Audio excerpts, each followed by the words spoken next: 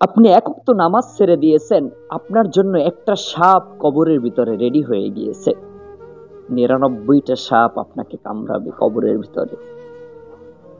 আপনাকে দুনিয়ার ভিতরে যদি একটা সাপ রুমের ভিতরে দিয়ে তারপরে যদি আপনাকে আটকিয়ে দেওয়া হয়, আপনি কি থাকতে পারবেন? কশ্চিনকালেও থাকতে পারবেন না।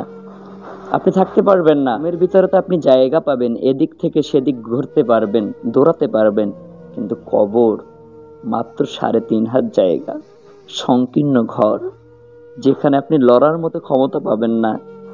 আপনাকে ডান পাশের মাটি চাপ দিবে, বাম পাশে চলে আসবেন, বাম পাশের মাটি চাপ দিবে, ডান পাশে চলে যাবেন। এটা আপনার জন্য টুডে আর টুমরো অপেক্ষা করতেছে। ভেবে দেখেছেন থাকতে কি পারবেন ওই কবরে? মৃত্যুর আগে কবরের মাল সাবান রেডি করুন। সময় থাকতে কবরের দেশে যাওয়ার জন্য প্রস্তুতি নিন। হারাম রিলেশনশিপ, অধিকাংশ যুবক হারাম রিলেশনশিপের সাথে যুক্ত আছে। অধিকাংশ যুবক খারাপ কাজের সাথে যুক্ত আছে। আপনি দেখেছেন কাকে আপনি ভালোবাসতেছেন, কার জন্য সময়টা ব্যয় করতেছেন? ওই রব আপনাকে দৈনিক 5 বার ডাকে, নামাজে আসো, কল্যাণে আসো, আমাকে সেজদা দাও, আমাকে খুশি করো, কিন্তু আপনি আমি এইটা করি না। অথচ হারাম রিলেশনের সাথে সকলেই যুক্ত রয়েছেন। প্রেমিক নামক জিনিসটা যখনই কল দেয় তখনই রিসিভ করে কথা বলেন। দিন নাই, রাত নাই, খ্যান নাই, সকাল নাই, বিকাল নাই, যখনই আপনাকে প্রয়োজন তখনই তার ডাকে সাড়া দেন।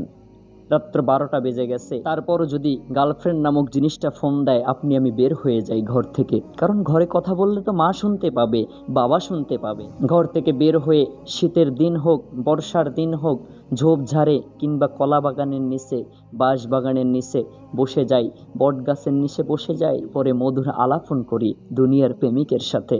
অথচ ওই রব 5 বার ডাকে, ফজরে ডাকে নামাজে আসো, জোহরে ডাকে নামাজে আসো, আসরে ডাকে নামাজে আসো, মাগরিবে ডাকে নামাজে আসো, এশায় ডাকে নামাজে আসো, একবারও সাড়া দেই না। দুনিয়ার মানুষকে খুশি করার জন্য আপনি আমি লেগে পড়ি, সেটা হোক দিনে কিংবা রাতে, কিন্তু ওই রবকে আপনি আমি খুশি করি না। হায় রে মুসলমান, এতটা নাফরমান হয়ে গেছি, এতটা নাফরমান হয়ে গেছি আপনি আমি। যুবক, তুমি অল্পতেই ভেঙে পড়ো, তাই না?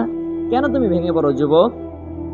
হায় রে যুবক, 18 বছরের যুবক এই পৃথিবী শাসন করেছে, আর তোমার মতো 20-22 বছরের যুবক মেয়েদের পিছনে দৌড়ায়।